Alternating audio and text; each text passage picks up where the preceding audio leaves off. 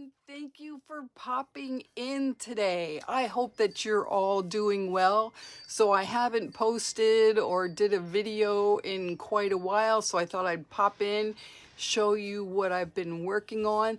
This is a weeping cherry tree that I'm working on. I have not done this or shown you the technique that I use for this. Always remember, there is no wrong way twisting your wire. This is just one way, one artist right here on YouTube sharing what I love to do, and hopefully it's a benefit to you while you're creating.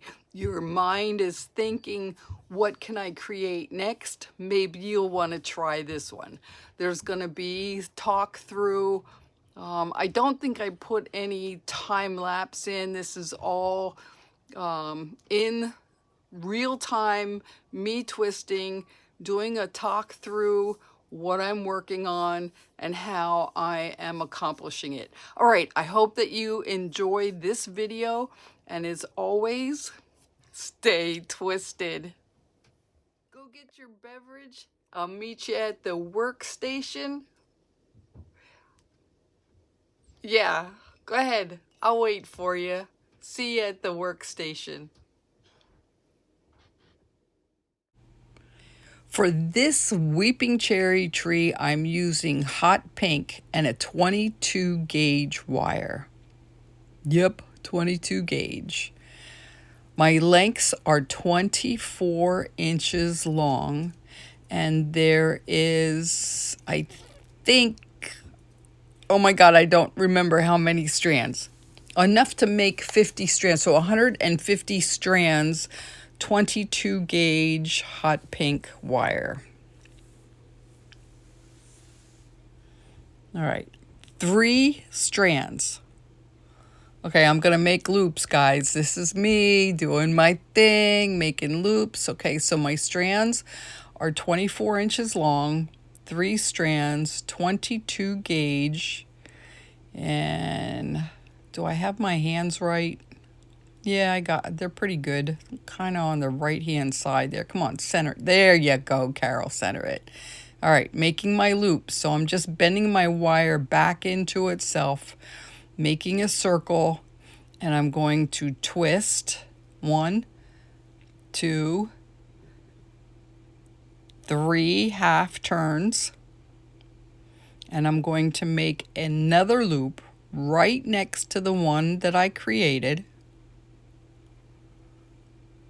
All right, a little bit bigger than the first one that I made, because when you twist, your loop is gonna get smaller. So twist the 6 wires together, and then don't forget that one loop that you just created. 3 half turns. There you go. Now you can see my loops are not uniform.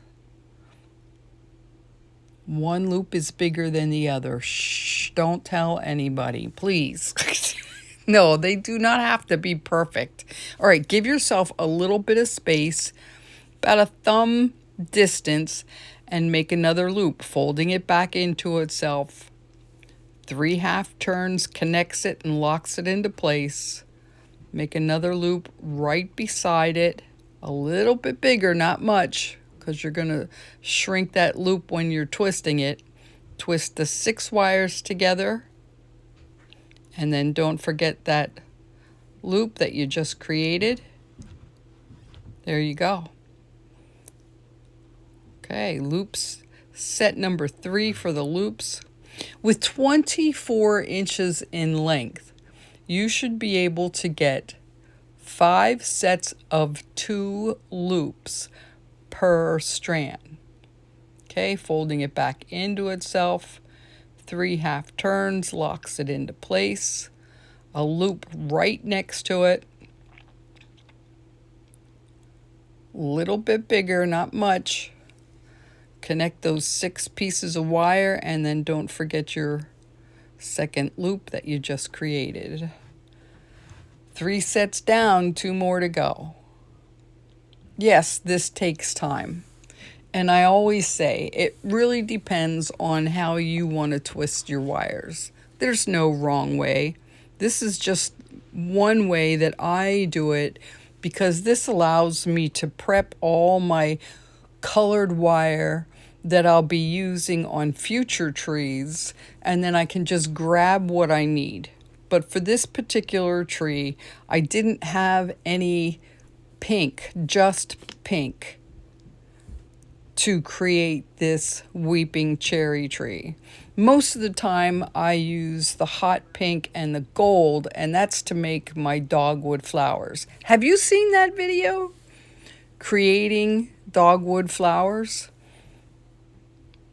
Maybe you want to go back, look for that video, and check those dogwood flowers out. Okay, I think I'm on the last loop. Making sure it's nice and tight. Spreading my loops out. Yep. There you go, 5 sets, 22 gauge, and my wire was 24 inches long. Now, I'm going to pick that back up. Good girl, Carol. All right, and now I'm going to separate those loops. Just separating them.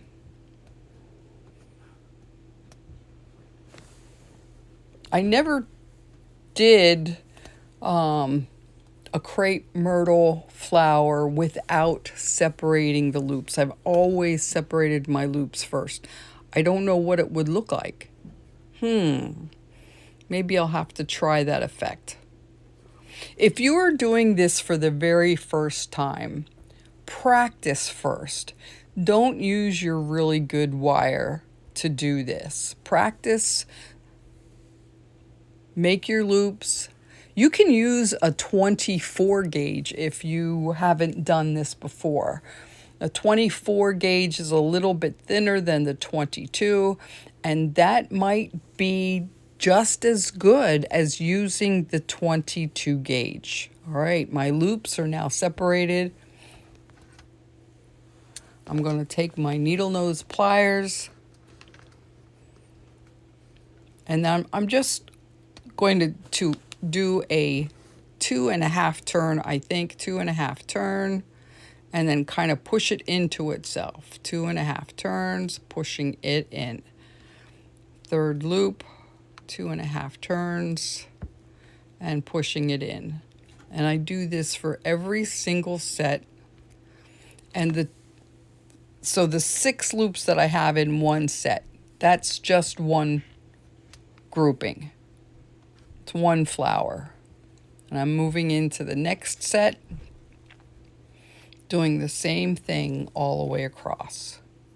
But getting back to doing it with a 24 gauge. 24 gauge will do the same thing. It's just I don't use 24 gauge that often, except for when I'm creating my spruce trees, when I need that real thin needle-like type effect.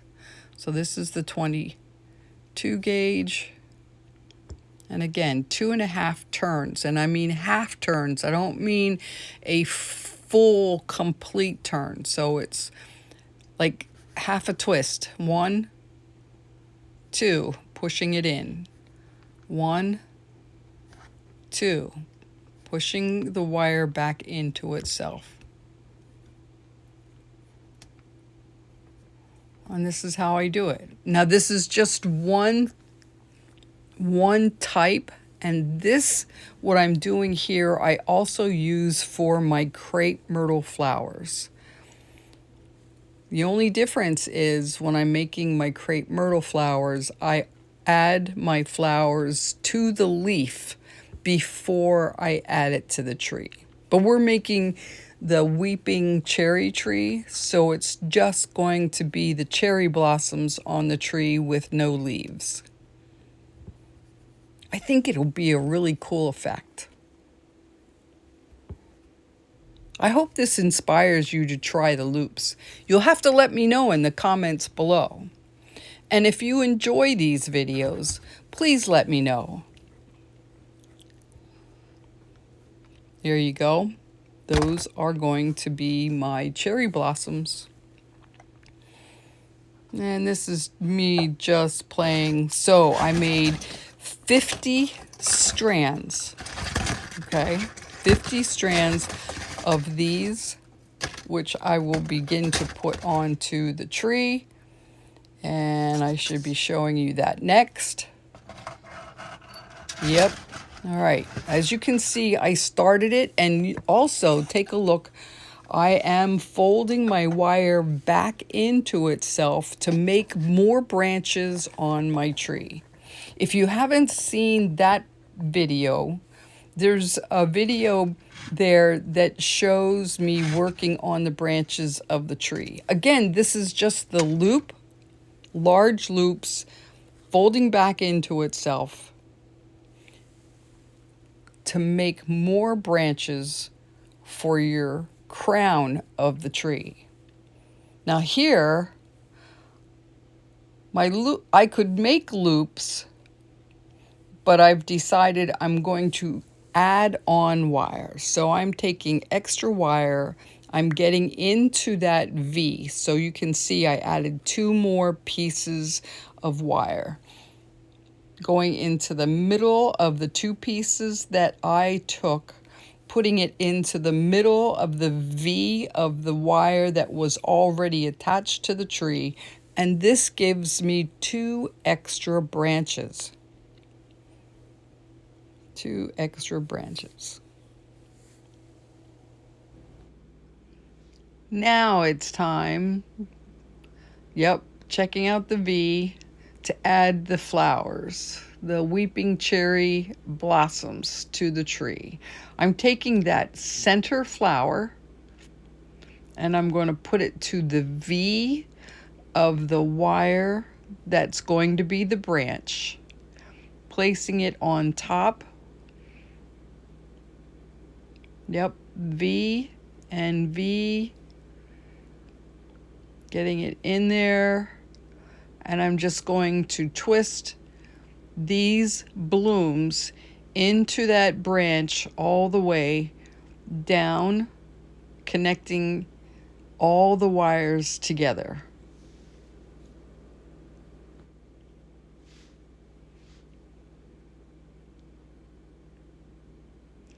This is just really a cool way to add extra branches to the crown of the tree to make it a little bit fuller. And I created 50 strands for the blossoms of this tree. Now twisting on the other side all the way down, connecting all those wires together, leaving the blooms that I've created on the top of the branch, twisting that little bit. All right.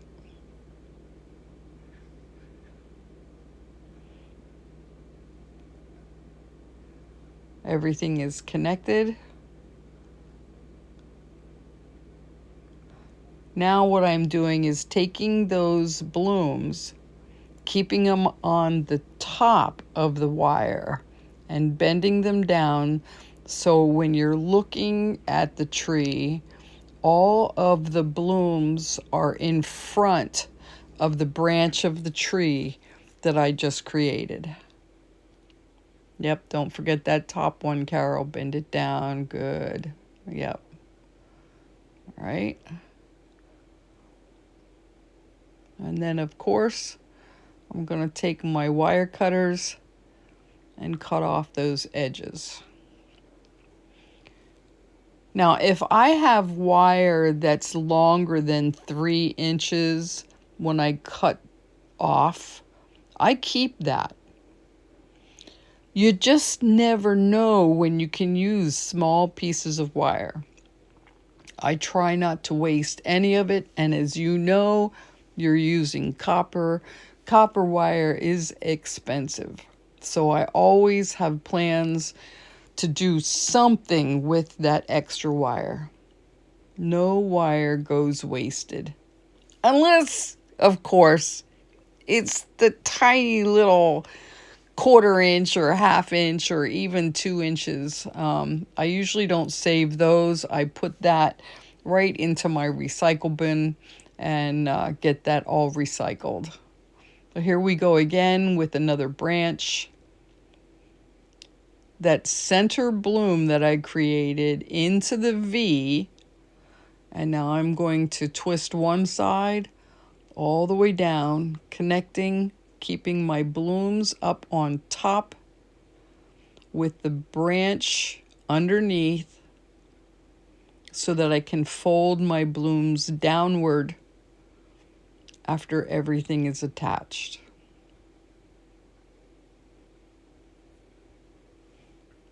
I hope that you're twisting with me. Have me in the background, enjoying your day. Maybe it's a beautiful day outside and you're sitting by the window, or even you might be outside twisting wire. I love when it's about 70, sunny, with a slight breeze to be outside twisting. That's one of my favorite things to do. I get to hear the birds singing. Sometimes I'll have one of those big black bumblebees just hovering in front of me like he's watching me twist. Can I land on that beautiful flower that you're creating? I know, I'm just rambling, but you get what I mean. Enjoy the process. Twisting wire, no matter what it is. Maybe you're wire wrapping, maybe you're making some jewelry and earrings, a bracelet, or maybe you're creating a brooch with some beautiful wire twisting around a gorgeous stone. Whatever it is you're doing, I thank you for allowing me to be part of your day. Okay, snipping off of that little bit of wire and another branch is complete. Let's see, where should I go to next? Ah, this one looks good. Couple more twists to make a longer branch. And then again, I'm going to add wire.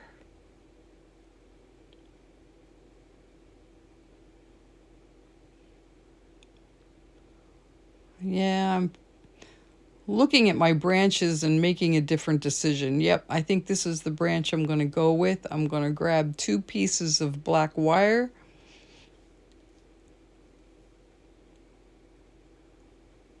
And I'm going to bend it right into that V to create 2 more branches for the crown of this tree. So it's the end of April, and where we are in the United States, Mother's Day is just in a few weeks. Do you celebrate Mother's Day in your world? Let me know in the comments where you're from. And do you celebrate Mother's Day? I honestly asking. I mean, maybe there's some countries out there that don't celebrate Mother's Day on the same day that we do. But I'm excited. I've got 3 girls, and hopefully I get to enjoy each one of them. Maybe all of them at once. I don't make any plans. They are also mothers, so I totally understand, being with family. So I hope that they get to enjoy their day as much as I enjoy Mother's Day and being with my girls. You get to enjoy your family members. So here I am, twisting more, getting those blooms down, twisting all the way to the end.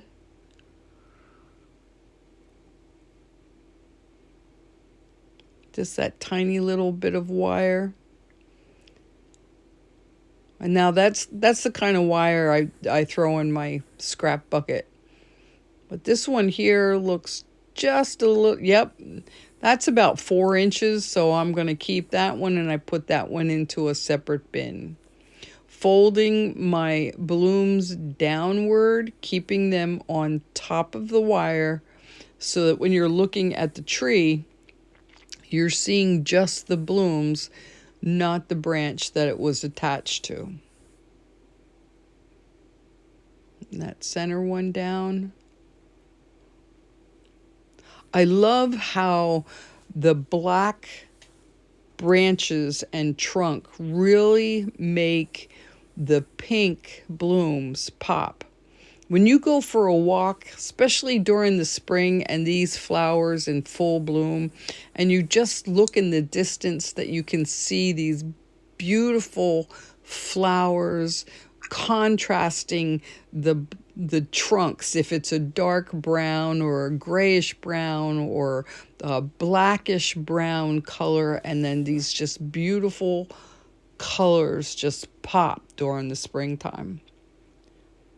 Now, fall is my favorite time of the year, but spring, you know, it's just like a new beginning, new life, the whole 9 yards. Okay, Carol, you're rambling.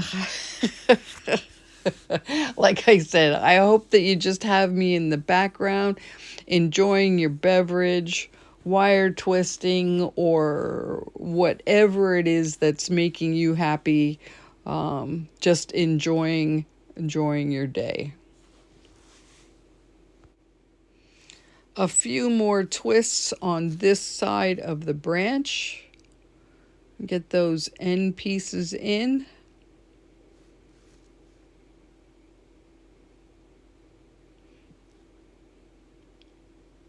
And now cutting these wires apart. Oh no, I guess I'm going to be bending the flowers down first. If you've watched some of my previous videos, you know that I'm doing a voiceover talking through what I have done. So I am literally watching this and talking, thinking what I'm going to do. And sometimes I'm not doing what I think I'm going to do. I'm doing something else. Okay, now I cut the branches. All right. This all looks good. Shaping it. I don't really go into shaping the tree intensely. I usually wait until the end to really pull the shape together. But I have to say, a few more branches and this weeping cherry is just about done. Yep, looks good. I put a nest in there with a cardinal, and now it's complete.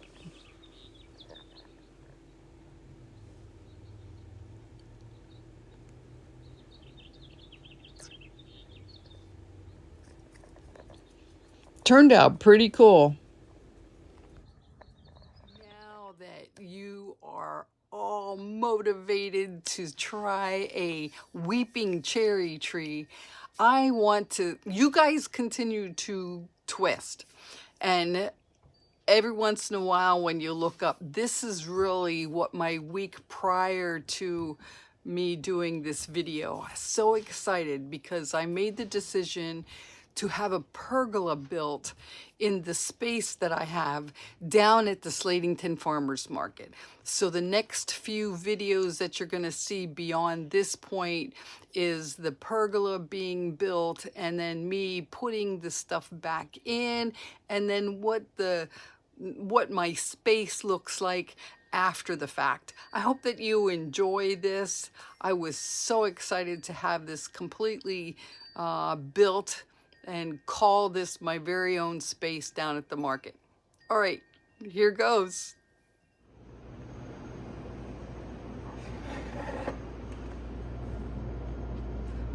Hi everyone, Carol here. I am so excited. So I'm down at my booth and I have been taking everything out of my booth. Let me show you. We'll go from one end all the way over, this, all of this was in this. So yes, so I'm all cleared out, nothing left. I am going to the next level for my Onlytrees shop right here at this Slatington Farmers Market. I can't wait to see it done. Pictures soon. So this is everything outside the market.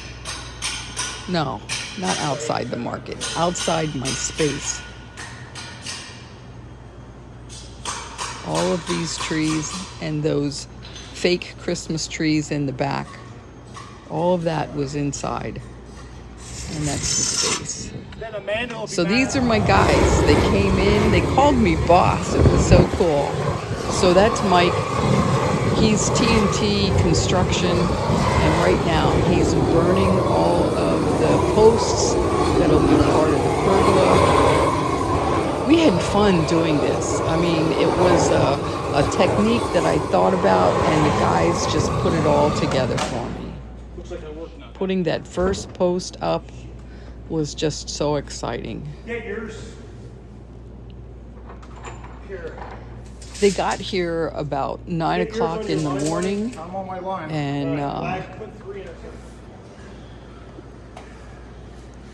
just to see this whole thing come together. Working on the top of the pergola, the burning of the wood. So now after the wood was burned, I took a wet cloth and just wiped everything down, because I didn't want anybody that would come into my shop, I didn't want them to have any stains if they would brush up against the wood. So just taking a damp cloth did a really, really nice job for that. Right now they're working on the very front of the pergola, where I asked them if they would put a piece of plywood on top.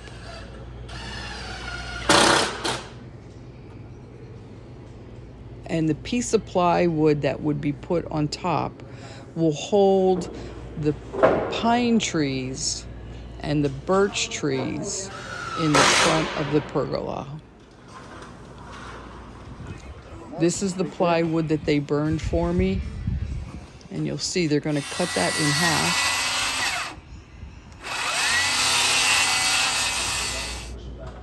And then applying that to the top of the pergola.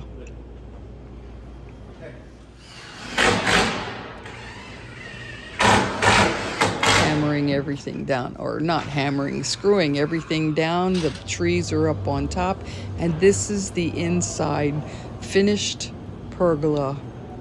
Now I've got to add lights and a couple other little things, but it's all done. Just so excited to see it complete.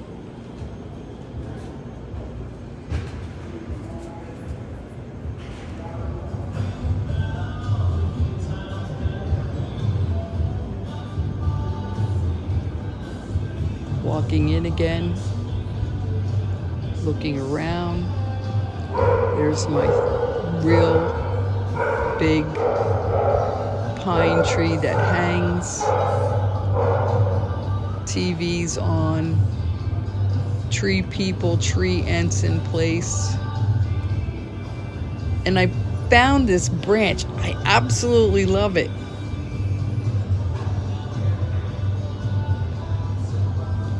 I've got a wood turner in here. He does absolutely beautiful work. And then of course, I love my plants. And the resin work from my daughter and son-in-law.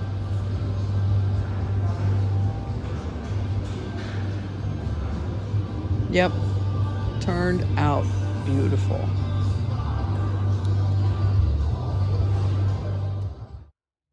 Thank you for taking the time to watch, allowing me to share my adventure with you. I hope that my videos are a benefit to you. I thank all of my new subscribers that are on this channel. Hit that bell button. Enjoy the videos, benefits, the trees, the stories, and my craziness. Thank you again. Have an awesome day, and we will talk soon.